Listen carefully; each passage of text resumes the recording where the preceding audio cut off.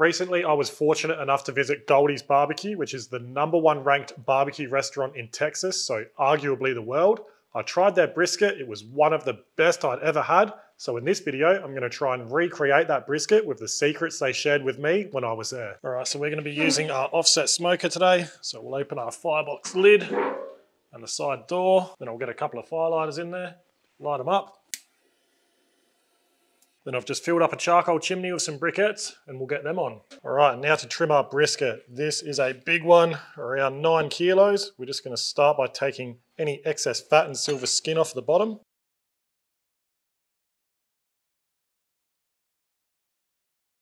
All right, I'm happy with the bottom side. Now we'll flip it over and get started on the top. Now I want to leave a nice coverage of fat on the top. And as always, I just want to trim it in a way that it's going to be aerodynamic, so any juices will just run off instead of pooling up. And I'm also just going to square up any thin edges as well.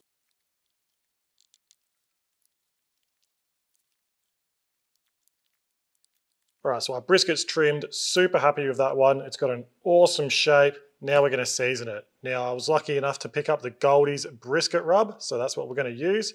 I'm just going to start by giving this brisket a light coat in some yellow mustard just to help this rub stick to the meat. And then we'll give it a nice generous coat. We'll make sure we get all those edges. And then we'll flip it over. And then season this top side. All right, now we've trimmed our brisket, we've seasoned it. Let's check on these briquettes. All right, so our briquettes are ready, so we'll get them out. We'll get our charcoal basket in. We'll dump our briquettes in. And then we'll get some small log splits on and start building a nice fire. And we'll give those splits a minute or so to catch light properly. All right, now those logs are burning nice. We'll shut our lid. We'll open up our chimney stack and give our smoker 5 to 10 minutes for that fire to settle down and our temperatures to stabilize. All right, so our fire has settled down. Our brisket's ready to go on, so I'm just going to get a couple of drip trays below where our brisket's going to go. Then I'll get this beautiful brisket on, making sure the point end is facing towards the fire as it's thicker and can absorb that heat a bit better. And then I've just saved some fat we trimmed off that brisket. I'll put that up this end and we'll let that render down throughout the cook. Then we'll shut our lid and let this start smoking away. All right, so our brisket's on. We're rendering some fat down in that tray, which we'll use later on. And any of that other off trim you can use to make burger mince or sausages. And when I was talking to Lane, who's one of the pitmasters at Goldees, he informed me that they use post oak split wood in their offsets. So if you want to try recreate one of their briskets at home, try and get post oak wood splits or something similar. But for now, we really don't have to worry about much else apart from maintaining a nice, clean burning, steady fire. I'm looking to hold this at around the 275 Fahrenheit or 135 Celsius range. We want to make sure both ends of our brisket are cooking evenly throughout this cook. So if one end is further than the other, we can always rotate it around later on in the cook. Now, Goldees don't spritz or wrap during the whole cooking process, so we're just going to continue to maintain a nice fire and we'll check back in throughout this cook. All right, we're about 3.5 hours in. This brisket is looking really nice. A good bark starting to form.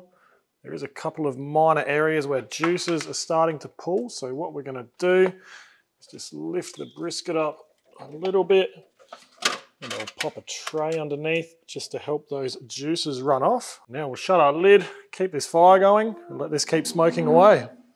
All right, so we are around 7 hours in now.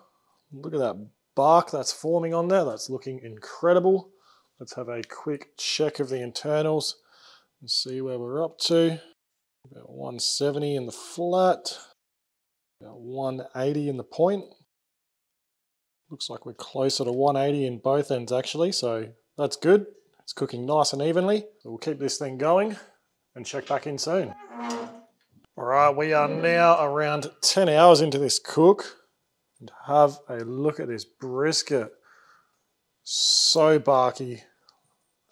I reckon this is pretty much ready. That is probing super soft, right around that 205 Fahrenheit or 96 Celsius internal mark. That is feeling bang on. So what I'm going to do is just get a tray ready and carefully lift this brisket onto it.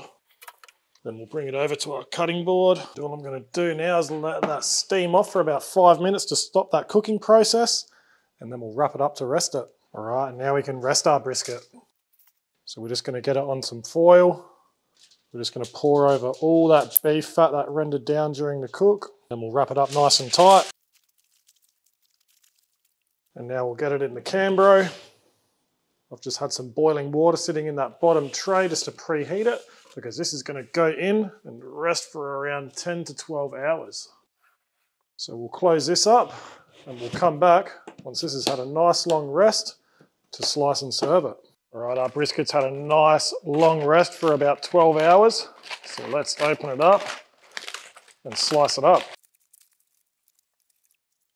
All right, I am super excited about this one. We're just going to start slicing from this flat side and work our way up into the point. I mean, have a look at that. The bend on that, absolutely incredible. And that bark, just cannot get over that bark. I mean, look at that. That is absolute perfection. So now we're getting into the point. We're just going to rotate the brisket around and take some slices off this way. And that's where you get those beautiful fatty point slices from, which are some of my favorite. And then once you're most of the way through that point muscle, we can just knock it off, sort of get rid of any fat, and then slice the leftover into some burnt ends. And that would have to be one of the best bites in barbecue right there. And then we'll turn it back around and keep slicing it the same way we were slicing the flat. And now for the taste test. All right, we're trying one of these burnt ends first. I've had brisket so many times now and that just still continues to amaze me. That is so tasty. All right, we'll try a little bit of the flat. Super tender.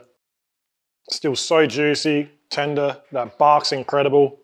The fat's rendered perfectly. That's a bloody good brisket. All right, and I'll show you what I'm going to do now. Just going to thinly slice some white onion, and we're going to make a simple burnt end sandwich. And we'll top it off with some of my new jalapeno and whiskey barbecue sauce, which is out now. So simple, but I know it's going to be amazing. Let's get stuck into it.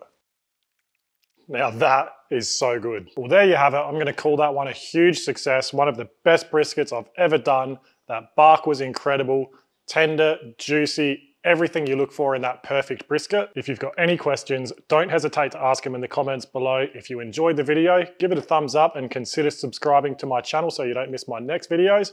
But for now, that's the end of the video. So thanks for watching and I'll see you all next time.